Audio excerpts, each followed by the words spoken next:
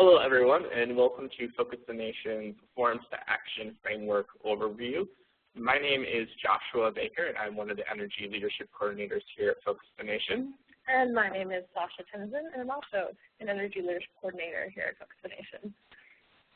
So today's webinar, we're going to talk a little bit about our organization, Focus the Nation, and we're going to talk about the Forms to Action Framework and what a Focus chapter does throughout the academic year. And also, after this webinar, what next steps you can take to join the Focus the Nation organization and start getting started with your chapter. And now I'll be introducing our Executive Director, Garrett Brennan, who will talk a little bit more about the ethos of Focus the Nation and how we came to be. Okay, hey folks, my name is Garrett Brennan, and I'm the Executive Director of Focus the Nation. Focus the Nation has been around since January 31st, 2008. On that day, we launched 1,900 teach-ins on college campuses across the country to mobilize students to demand from federal leaders that they take climate change seriously. In the early years of Focus the Nation, we focused a lot on the mobilization of young people across the country to demand that change. However, at the end of that first year, we heard from leaders across the country, young leaders across the country, that they were really asking for something different on their campuses and from an organization with a mission like ours. They were asking for a support system and an on-ramp to commit their civic and professional lives to solving this problem, not just their collegiate activism.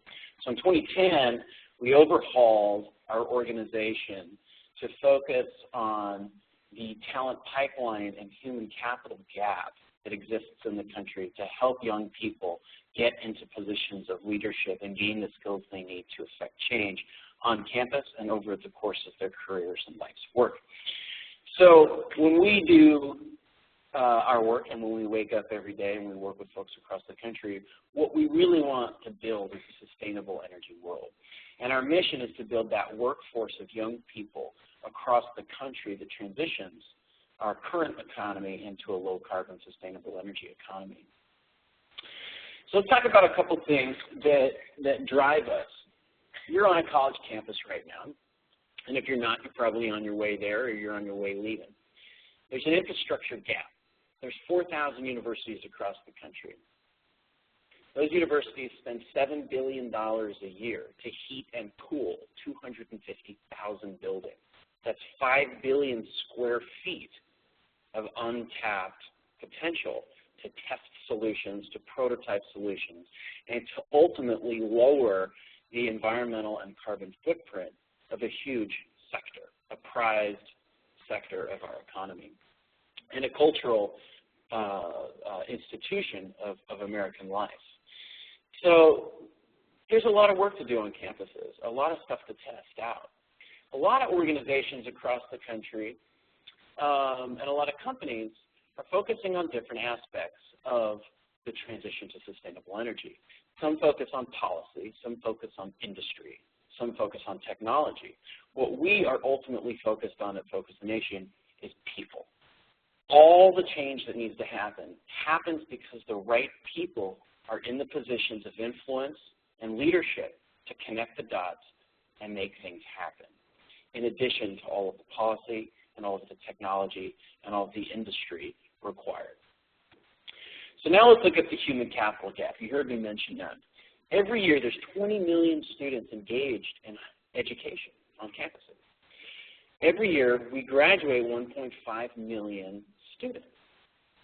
Now, if you take a hard look at the programs that exist, the majors or the graduate programs that you can study to gain a comprehensive grounding in the climate and energy challenge, the actual scope of what we have to meet, there's really only about 150 students a year that are coming out with a comprehensive grounding. So that's less than 1% of our 1.5 million graduates every year that are gaining that knowledge, let alone the leadership skills to really start affecting change at the local, regional, and federal levels. So that's something that we have to overcome. So as we ask this question of where will the next generation of climate and energy leaders come from, on one hand, it's an obvious answer. Well, they come from higher education. Higher education pumps out 1.5 million graduates every year into ultimately 3 core sectors of the economy: NGOs, government, and corporate America. And that's where the needle starts to move. However, as we saw earlier, there's a gap. Not enough students have the on-ramp that they need to gain the professional, academic, and leadership skills to start making change once they get into that top part of the diamonds there. The other thing is corporate, government, and NGOs needing talent and seeking talent out to hit the ground running on this issue. They're not just looking for people who have a general awareness of the issue. They're looking for a very specific kind of young person who has gained a multi-sector set of skills to collaborate on a very complex issue. So everything we do at Focus the Nation, every program we design, every team we facilitate, every project we help coordinate, is pulling together combinations of these 4 different people you see right here: storytellers, innovators, politicos, and technicians. So as you think of the long arc of a great idea becoming a reality, these 4 different people are very, very critical to making it happen. Now, as you're on a campus across the country, I guarantee that there's one of these that you connect with most. Are you the scientist? Are you the inventor? Or are you the journalist? Or are you interested in a career in art and music or film? Are you interested in regulation, in policy, in running for office? Or are you incredibly adept at carpentry and building and designing databases? Each of those dominant skill sets or those talents that you have that you're drawn to most instinctually and most intellectually is your dominant asset. And that's what ultimately needs to get developed as quickly as possible to affect change on this. Now, what you also need to be able to do is really understand the importance of the other roles that are needed in this issue and on these solutions. And so when we build teams, we create this collaborative environment with you on campuses. And so as you enter into this work with us, our energy leadership coaches across the country help support individual leadership development plans for you based on what your dominant skill set is and what you're most drawn to developing as you imagine your civic and professional life on campus and beyond as you get older. So we essentially have 3 core resources at Focus the Nation. We have our F2A, or Forums to Action program, that you're a part of right now with these webinars. There are 32 chapters across the country. Each chapter is essentially activating energy literacy on their campus and personally. They're launching student-led projects in collaboration with the administration, with public utilities, and they're ultimately helping unlock local capital. So the process of launching these projects helps you, the students, gain the leadership skills that you don't normally get academically and that make you that much more effective as you head out into the job market after college, or as you head into graduate research that requires a different kind of persistence and collaboration with funders or with corporate partners. The other resource we have is the WAT. This is the 250-page comprehensive guide to energy in the 21st century. So no matter what great idea you have, no matter what academic interest you have, if you don't understand how energy works and the drain and the pull and the push that it has on our environmental systems, our social systems, and our economic systems, it's going to be really hard for you to come up with good ideas and implement good ideas. The third resource we have is an intensive 7-day leadership training on Mount Hood every August for a select number of 20 students that we pick from within and outside the FTM network. And there's more information about that at focusnation.org. So why focus? Why is it important to focus on what you're good at and what you're interested in developing and what kind of smart projects you could implement on a campus that creates a legacy of solutions and ultimately build a larger on-ramp for more students. We need more of those 20 million students engaged in education every year, involved in this issue, strategically and creatively involved in this issue. So as you figure out what you're interested in as a project and what you're good at as a rising young leader on your campus, we can help you.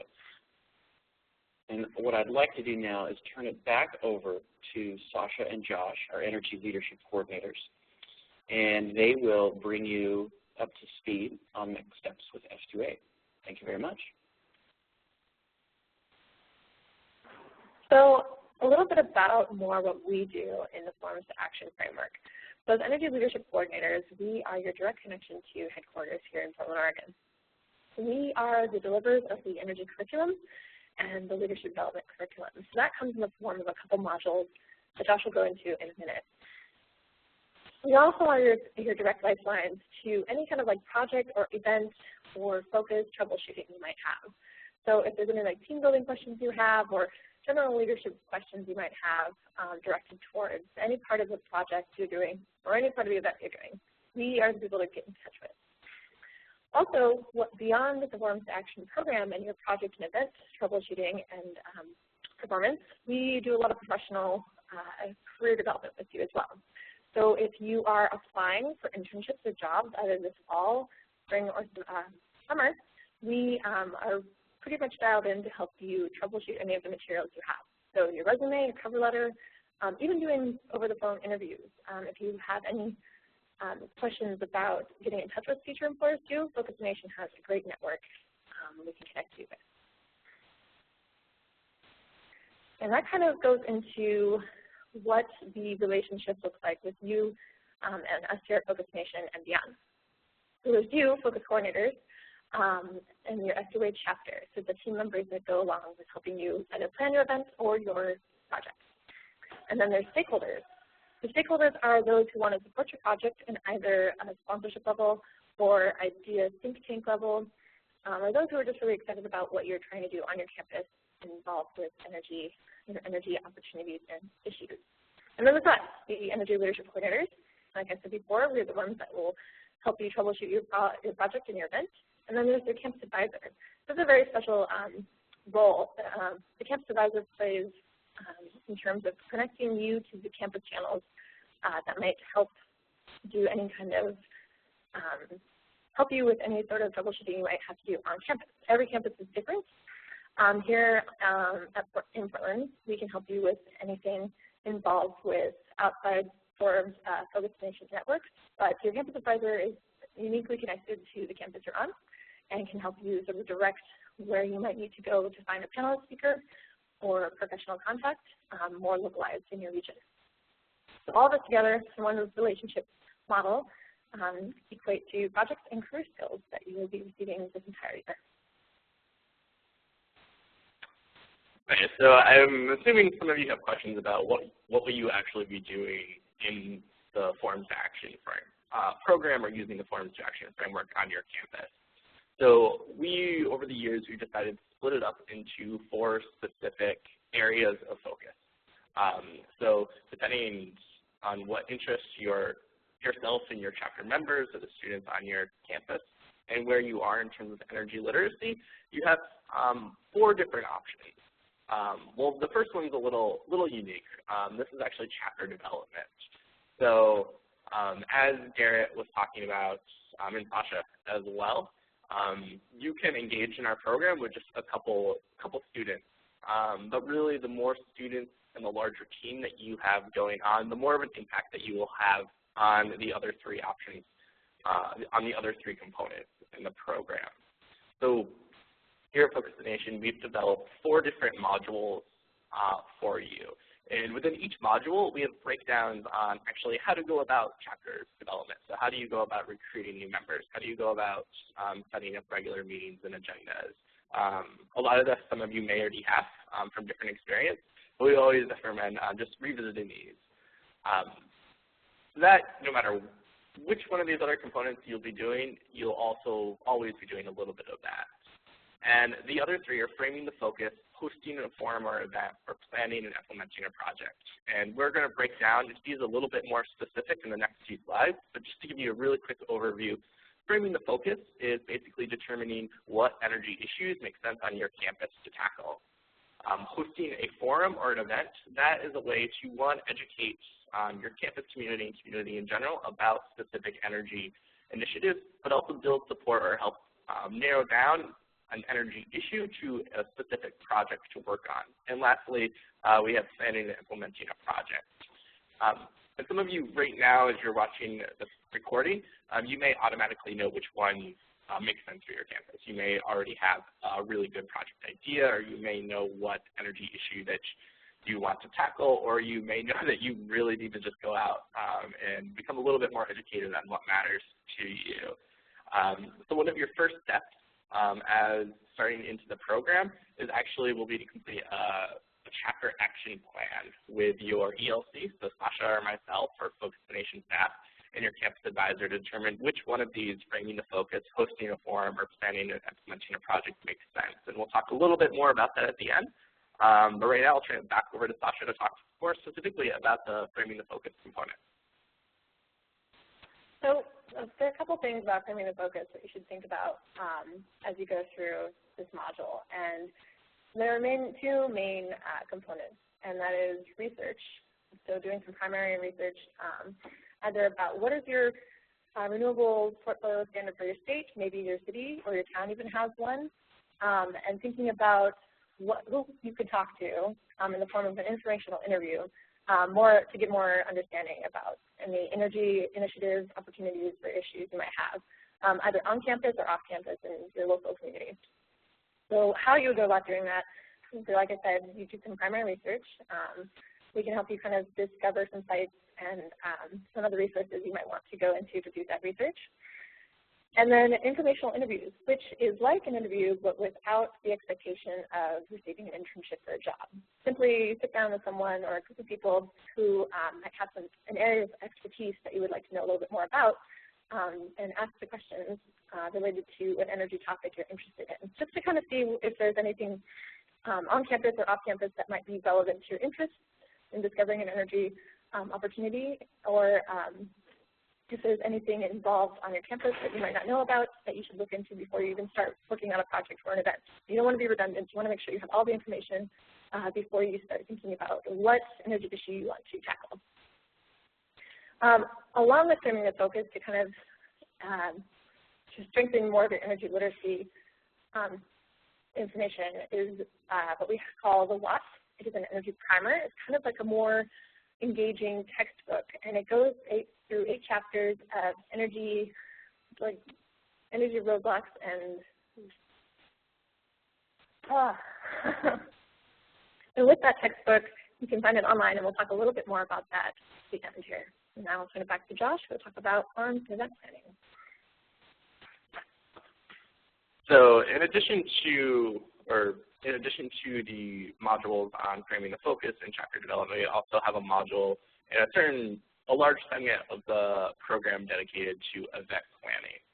We know that some of you maybe have some experience hosting larger events on campus, but they can be a pretty daunting thing, especially when you determine how many people you actually want to be at the room, who your target audience is, how do you go about figuring out what moderation style, what facilitation style works best, who your guest experts will be.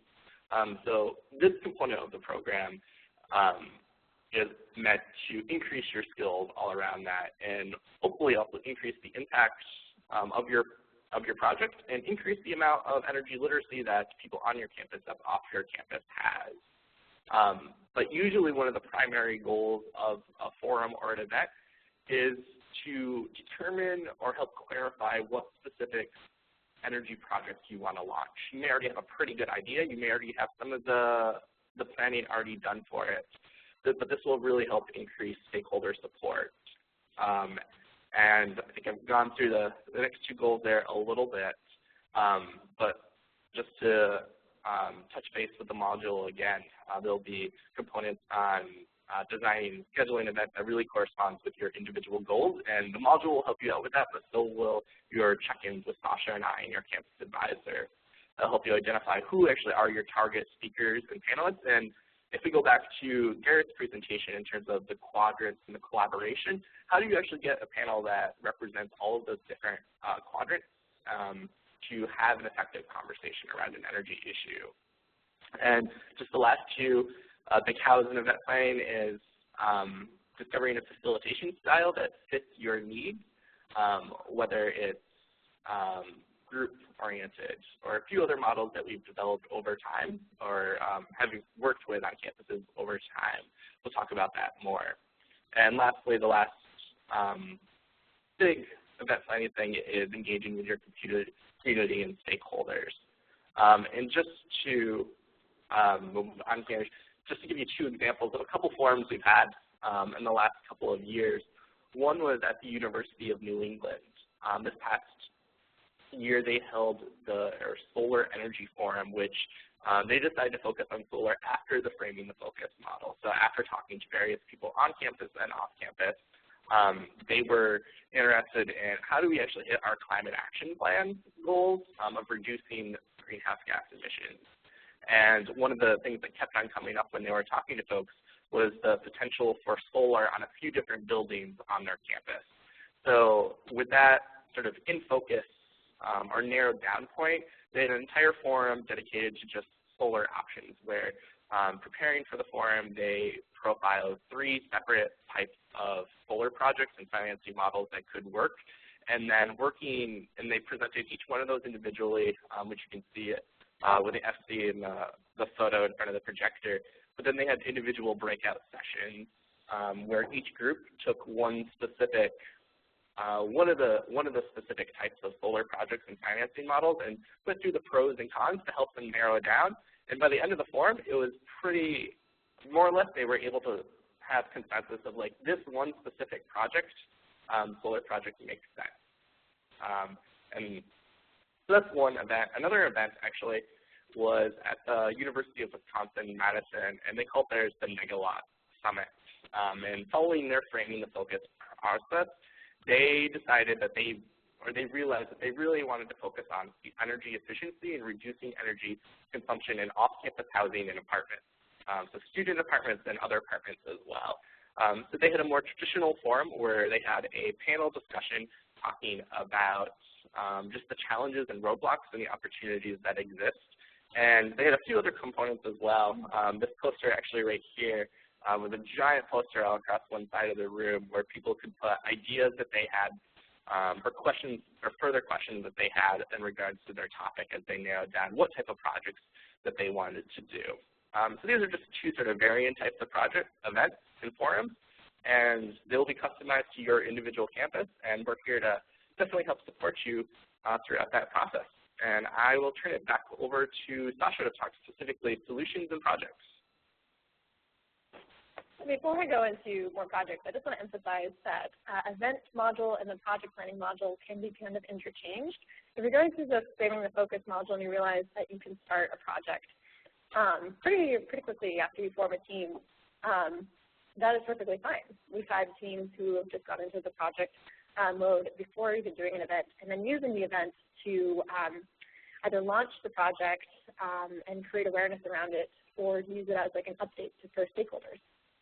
So, excuse me, in the project module, you'll learn a little bit more about how to choose a project that best fits your goals. Let's say you're a senior attending a university and your team is full of seniors. So an idea that you're going to want to have while you're deciding on what project to choose after you frame your focus is what can you put into a sustainability plan to make sure this project doesn't dissolve once you graduate. A lot of popular trends in excuse me, the projects we've seen over the years have been solar PV, and mostly that's a really popular project to go into because there's a lot of information and a lot of different contractors and companies who are interested in solar PV, and a lot of interest in universities to put it on their campuses. And then energy efficiency projects. So that's a lot of behavior change projects. I'll go into one in a minute. Just more about strengthening your communities, either on campus or off campuses. Energy literacy has been definitely a big project that students have taken on. It's been a lot less technology focused and more behavior change, like I said, and then peer-to-peer information exchange, which has been really popular. And you can also find our projects on the project page, thefocusednation.org/projects is where you can find it. And event ideas are also at focusednation.org/events. And that's the past 2-3 years. You can see different events, their agendas, their speakers. And then on the project page, you can also see different stakeholders involved, some pictures as well, and then a description of those projects. So just going along, one interesting project that's come out in the last year has been the SCORE project, which is Student and Community Outreach for Renter Efficiency. And this came out of a forum that was interested in getting more students engaged with energy off campus. So the University of Oregon went on a forum in 2012 and had, what came out of it was actually something a little bit different than the forum, but the SCORE program, which has been actually designed and implemented on other campuses, is really a peer-to-peer educational program based on getting students who are renting off campus involved in their own energy literacy. So students would come from the program to educate student renters about a window duct and dryer sheet removal and other really like smaller kind of behavior change things you can do in your home to make it more energy efficient. So this project actually got a grant from the utility. So there's like a combination of different stakeholders, students, the university, and utilities who are interested in making this project happen. And the project is still ongoing. It has a lot of university support. Where students are actually part of keeping the project sustainable and making sure that it's got a future after just this last year. Okay. So those are the 4 specific components for the Forums to Action program. And you'll have access to individual modules, like I said, that are the how-to guides for each one of those components. But on top of that, we will be throughout the year, throughout your time in the program, you'll have access to our energy literacy component of the program, which no matter what you're doing or when, it's always important to be increasing your energy literacy and energy knowledge. So this specific recording is more or less just the overview of the program. But future recordings and future webinars will each have a specific energy focus. So some individual topics that we covered, as you can see there, the scale of the energy challenge, and some of the basics of like what is energy versus electricity. What is our energy infrastructure like in terms of like transmission lines, pipelines?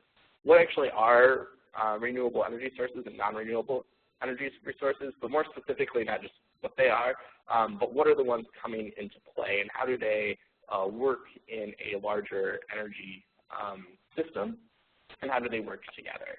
So we'll have speakers from the industry, from utilities, from clean energy businesses, from government, guests, basically guest speakers on these webinars, and they'll be talking on these specific topics. And if you ever have questions about them, let us know, and we can forward those questions to those speakers in the future. These categories also are more or less the basic chapters in the WAT. And right there, you can actually see the link to the WAT, which is available for download. If you're having any problems accessing that or getting that, please definitely let us know, and we'll work that out for you. So moving on here, I'll pass over to Sasha. So just for the next steps, after you view this webinar, and you're interested in either starting a focus chapter or interested in moving forward with your focus chapter, just connect with either Josh or myself. Our emails are on the screen. And the next thing that you'll do once you start a chapter and sign on with us is you'll read the intro guide, which is the focus coordinator guide to how to start and really strengthen your chapter on campus. You'll also create a profile on the FTN website where we feature your face and your team members once they all sign on. And then you'll look over, the next thing we'll actually have you do is look over your campus action plan. And make sure that there's information there that you can kind of start getting to know a little bit more about your campus, sustainability, and energy initiatives about. Well, and before Sasha moves on really quick, if you are emailing me, my email is actually josh@focusthenation.org. There seems to be a little typo there, so just let me clarify that. Okay. Thanks, Josh. Good catch. So thank you. You can also actually find us on a few different social media sites and as well as on LinkedIn. We're at Facebook, Twitter. We also have sticker photos that you can scroll through. And again, our website is focusthenation.org, and you can find all of our information there in terms of contacting us and of course through the slides as well. If you have any questions about the basic information that we just provided, please do let us know. We're looking forward to starting up the program on your campus, and can't wait to increase energy literacy and get some solutions up and going. Thanks all. Yep, bye. Bye.